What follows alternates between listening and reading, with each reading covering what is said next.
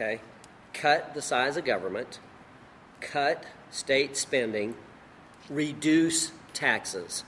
And I've said there are structural ways to do that that make perfect sense, that John Kennedy in Baton Rouge, among others, has been promoting and very loudly advocating for years that have been ignored. And that is, let's look at the constitutional dedications to see if there's some other funds that we can cut other than always education and hospitals.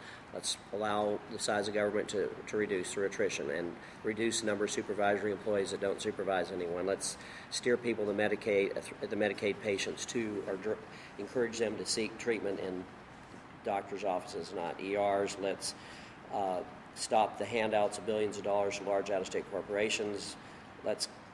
Louisiana no longer needs to be consultants' paradise. Let's do lateral transfers. In other words, let's get state government efficient.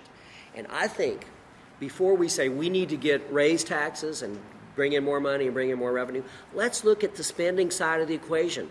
Let's be fiscally responsible. Let's cut the size of state government.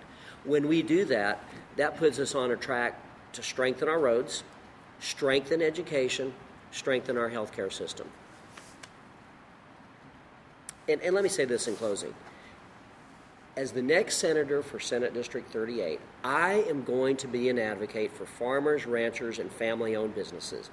I believe that our farmers, ranchers, and family-owned businesses are the lifeblood of our community. They're the backbone of our economy.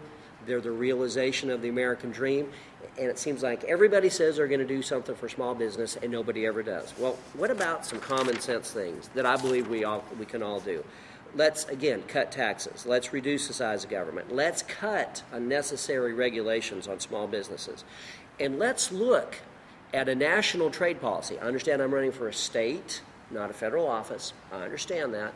But I have been an outspoken advocate since at least 2001 that we need to encourage a trade policy that fosters economic development in America, not Beijing, China, that fosters community growth and business development in Louisiana and the United States, not in Russia.